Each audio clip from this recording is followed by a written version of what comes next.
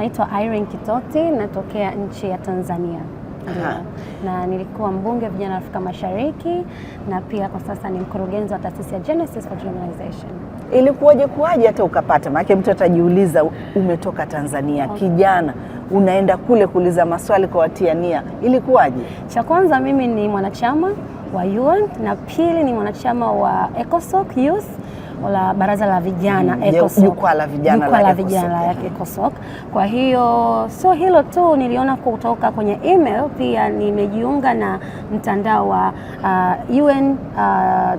UN Digital Communication, mawasiliano ya kidijitali ya Umoja wa Mataifa. So nilisubscribe account yao. Mimi ni mtu ambaye napenda kutafuta fursa, sisubiri fursa zinifuate. Nilipapply since kuanzia mwezi wa pili.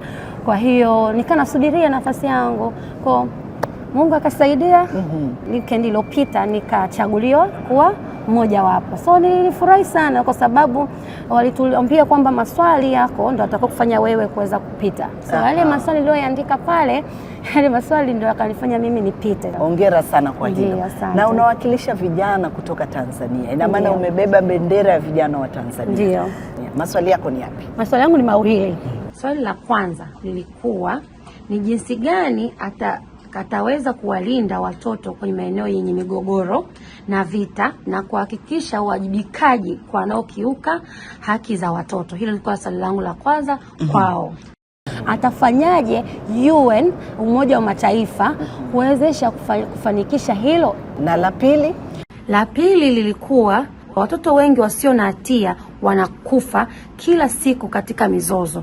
Je, atafanya nini kama katibu mkuu kushughulikia janga hili liishe? Kwa sababu kama mnavyojua, kukiwa na political interference, kukiwa na uingiliaji wa kisiasa pamoja na vita, kukiwa na nadhani unajua hata nchini kwetu tunafanya census, ndio? Kukiwa na watu wengi sana, maana elimu sio tu ya mtoto mdogo, elimu ni ya watu wote.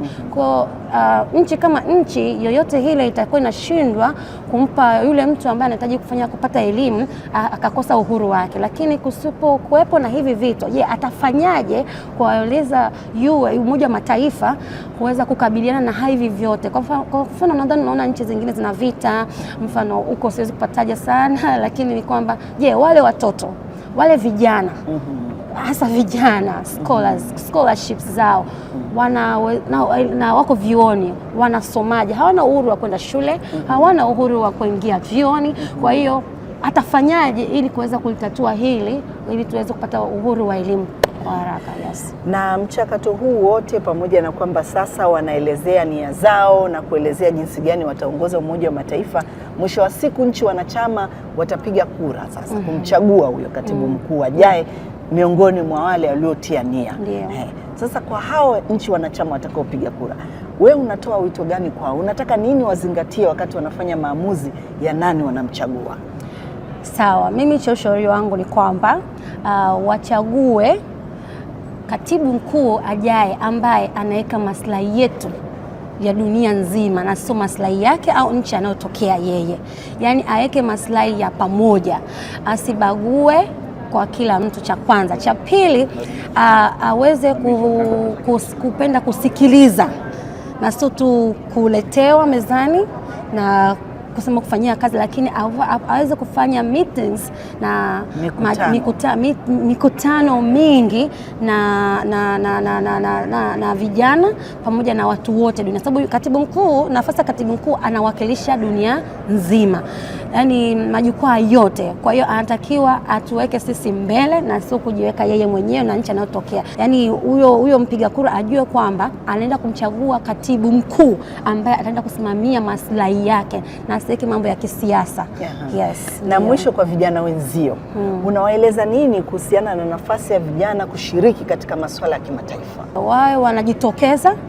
Vijana wenzangu, mimi fursa nazitafuta mwenyewe, sisubiri kutafutwa.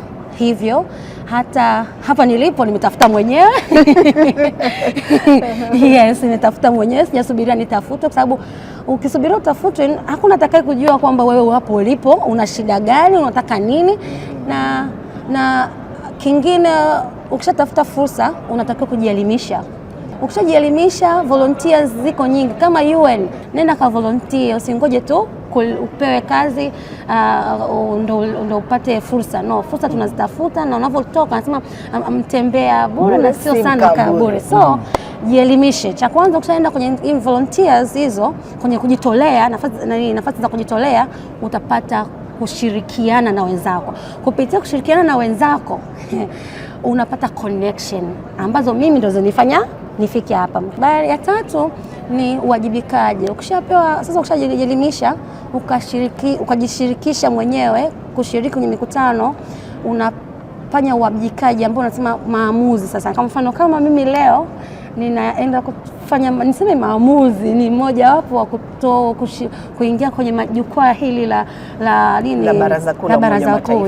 Na hisi nilivyokuwa naangalia pale kwenye mkutano, kijana wa Kiafrika, niko mwenyewe hivyo. So nilifanya vyote hivyo vitatu, na mimi ndipo nilipo hapa. Cha muhimu ni kujitoa sana sana sana na kumweka Mungu mbele. Tusikose, majukwaa ya mataifa yana fursa nyingi pata kuona ya vijana. Ingia only, tunatumia mtandao wetu wa AI sasa hivi, tunayo anasema akili unde au akili mnemba. Yes. Pitia huko utafanikiwa. Asante sana, nakushukuru na nakutakia kila laheri na hongera sana. Asante sana mama, asante sana.